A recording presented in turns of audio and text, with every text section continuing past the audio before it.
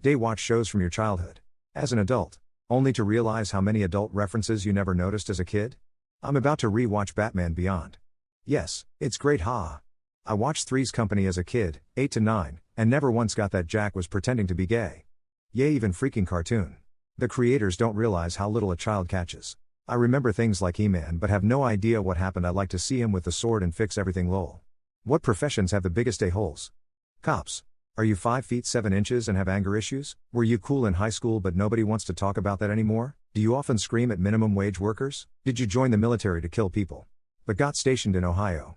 And your entire platoon hated you? Do you often ruin family game nights by shouting at someone over a rule everyone was ignoring for the sake of fun? Do you have strong opinions about minorities? Are you desperate for a modicum of power? Well, come on down. With just 6 short months of training you person who gets physical with the ref at T-ball games, can be given a gun, made above the law, and sent out on the streets to harass people, collect fines, and seize private property.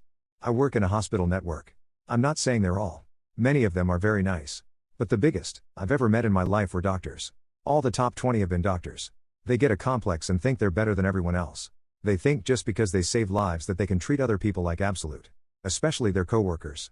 Even worse to the other employees like IT, janitors, cafeteria staff, etc.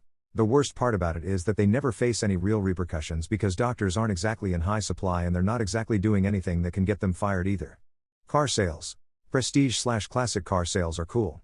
Those boys know their first-hand about a sector, so they have a right to be uppity. Main dealer/new car sales is full of the most egotistical, beta trying to be alpha people you've ever met.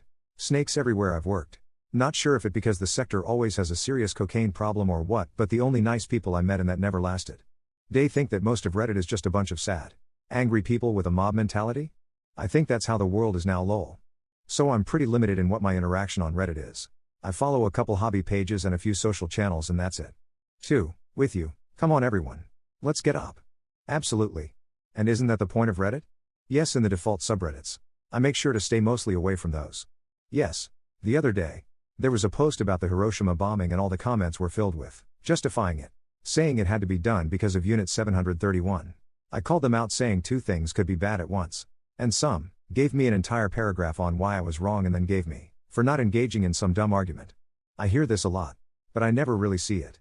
Maybe it's because I only watch specialist or hobby-based subs. If someone asked me what Reddit was like, I'd say a bunch of computer geeks and bookworms. And here you are.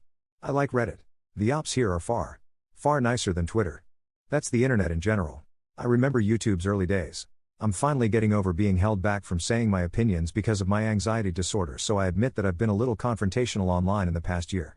It feels so good to finally feel like I can safely express myself, but there have been times where I've thought that I should dial it down. I genuinely don't mean any harm and want everyone to be happy and get along. Instead of a dark one. What wholesome secret are you hiding? I worked at a KFC for maybe 3 weeks back in 2005. I came out the back door one night after closing the place down to find several homeless guys huddled around the dumpster, digging through it to find the excess food we'd thrown out. That was some haunting. So for the rest of the short time I worked there, our excess food didn't go in the dumpster. I just left it on the back step. Colonel Sanders could afford to take the hit so those poor could eat a halfway decent meal without having to dig through garbage for it. I'm in high school and I have a culinary class with my friend. She's amazing and is my best friend. Anyways, one time we were in class and she gasped excitedly and turned to me and said, "This is my chair."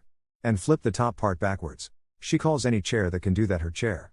So every Tuesday and Thursday I'm the first one in the class, and so as I'm taking down the chairs, I always find a chair that can flip and set it down in my friend's spot. She doesn't notice it all the time, but when she does, the biggest grin covers her face as she exclaims that it's her chair. I'd give she knows I do it on purpose, but I love seeing her smile. I'm a content creator and so is my brother. I was determined and gained a community after 2 years of working hard. Mew brother, who started this year, has really been trying with YouTube and Twitch, but he hasn't had much time to put in effort to grow like I had. One day he posted a video where we was really proud of. Like he talked about it non-stop and the video he made was great, so I shared his video everywhere with my community. Till this day he still mentions about how his video did so well in views and how happy he was. He has no idea about what I'd done. Currently the video is at around 60 views and he's so proud. I will never tell him and let him be proud of his hard work because he deserves it. What do you do if you have a whole Saturday or Sunday where you're not going to see other people and want to fill up the time? We call these serene Sundays and we are making a point to block them out in our calendar in 2023 so we can soak up more of them. I typically have an unrushed coffee. Throw dinner in the crock pot. Go for a hike. Stop for groceries on the way home. While I'm making lunch I chop some extra veggies for the week ahead. In the afternoon I hot tub. Read. Do yoga. Or snuggle up on the couch with a show and do absolutely nothing. I try to make it restful but still set myself up for the next few days. One of those days I would likely go for a hike or a trail walk with a good podcast. Leisurely do some cleaning, while drinking some mimosas. Long shower. Cook something delicious and settle in to catch up and binge on some shows with my cat and go to bed early. Then the other day.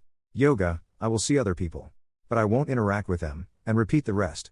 Maybe swap shows for whatever book I've been meaning to read from the stack on my nightstand. There's usually something to organize, clean. I have 3 pets, 2 cats, and a dog, to take care of and cuddle. I'll try to go grocery shopping and meal prep a bit if I'm up to it. And I'll probably scroll my phone for a while and read my book. Sleeping in.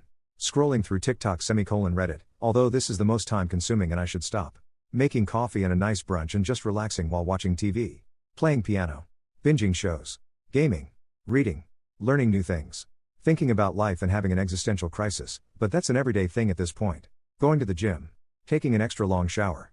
Cooking something nice. And so on. It all depends on my mood and energy levels though.